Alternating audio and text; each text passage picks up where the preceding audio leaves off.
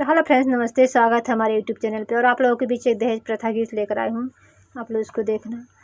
जीनी सोचा वीर ना हमार बहिनी कुआं ना रही, शिक्षा की आइल बाबहार सुधारी लाजिनी गिया के, शिक्षा की आइल बाबहार सुधारी लाजिनी गिया के, खुनवा जराए हमके यमले पढ़ावाला, कुछ सपना अपने आँखी में सजावाला, आज भइल तारे तारी तार सुधारी लाजिनी गिया के, शिक्षा की आइल बाबहार सुधारी लाजिनी गिया के, जीनी सोचा वीर ना